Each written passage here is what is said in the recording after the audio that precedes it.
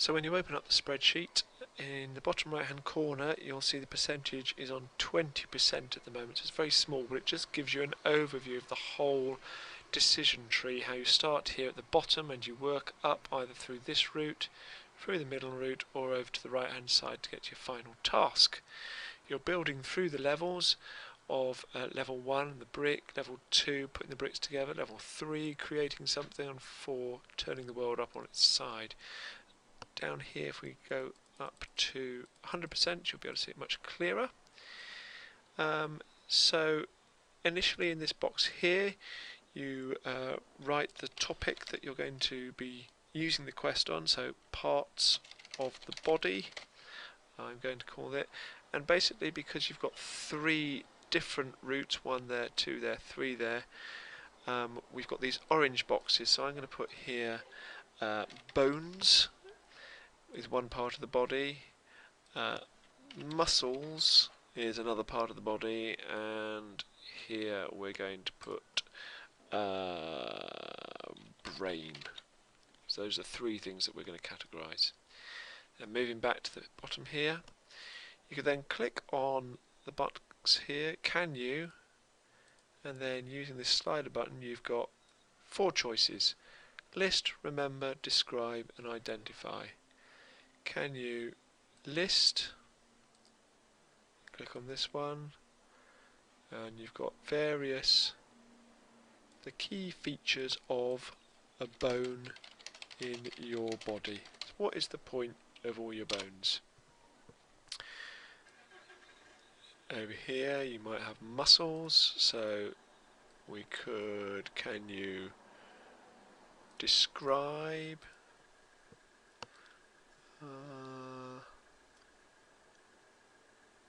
at least 3 reasons why you have muscles.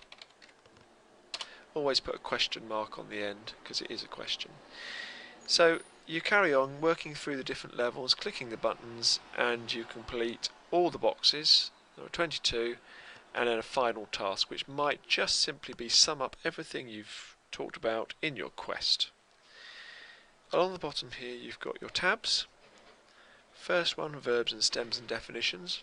Don't worry, it looks a bit scary, it's just all the information that we've put in so far.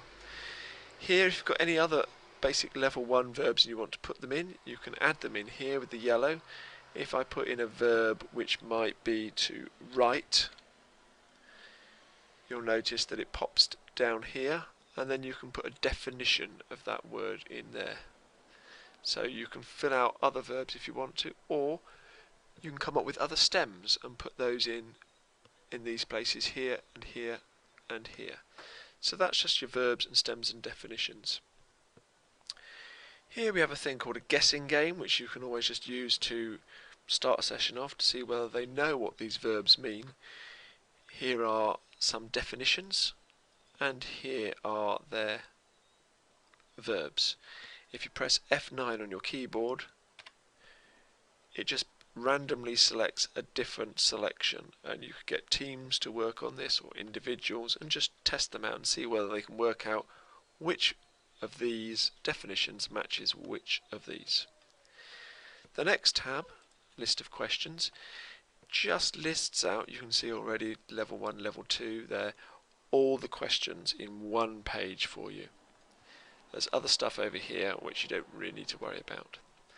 The next one, paper quest, provides you with 1 sheet of A4 which you can print out in colour, and it gives you a paper version that you can fold like a birthday card down here and down here, and so that the students can use this as a paper-based quest, reading the question, having a discussion, and then choosing which question to go to next.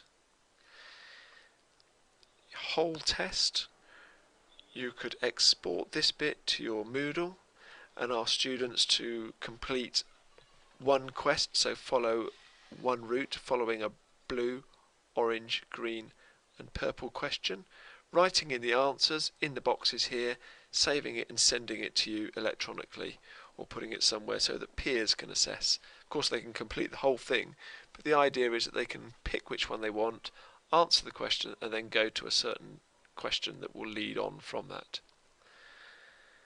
Test papers, you print this out, you get 12 different papers. This is on the front side and the back side, so you've got lots of different tests with the question and a space for them to write their answers. So you print this out perhaps as an end of session test or the beginning, recapping, asking can they list, and they scribble in the answers and peer assess.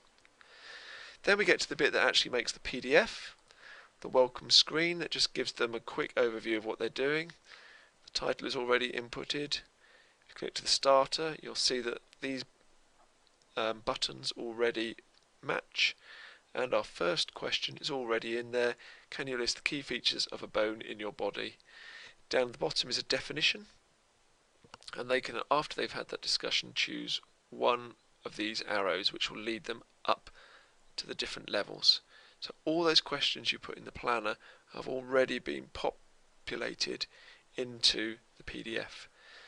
You can tell your students that when they finished a blue question, when they're moving, clicking one of these arrows, they are moving up a level to level 2, 3 or 4, and the quest button, if they click on that, will take them back a level, so they can choose a different question if they don't like it and they want something else to discuss.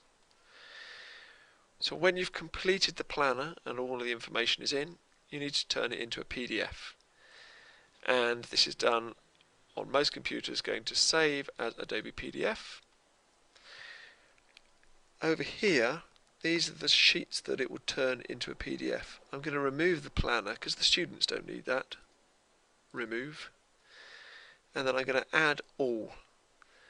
But we don't need all of these, we just need it from the welcome screen. So we remove all of these guessing games, list of questions, paper quest, hold, test, papers, and leave it like that and convert to a PDF. And it says, do you want to do it? And you say, yes please.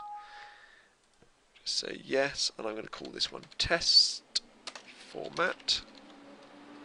Save.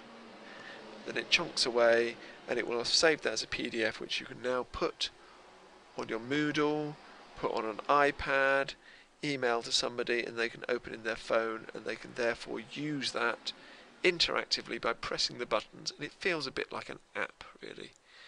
It just takes a while because each one of those screens it's converting into a PDF, and there are over 30 screens that it's trying to do at the moment. Once it's been turned into a PDF, you are complete, you are done. There is nothing more that you need to do.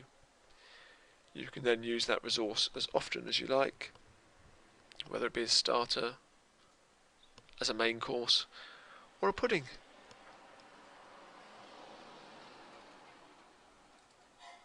And there we are, it's coming up.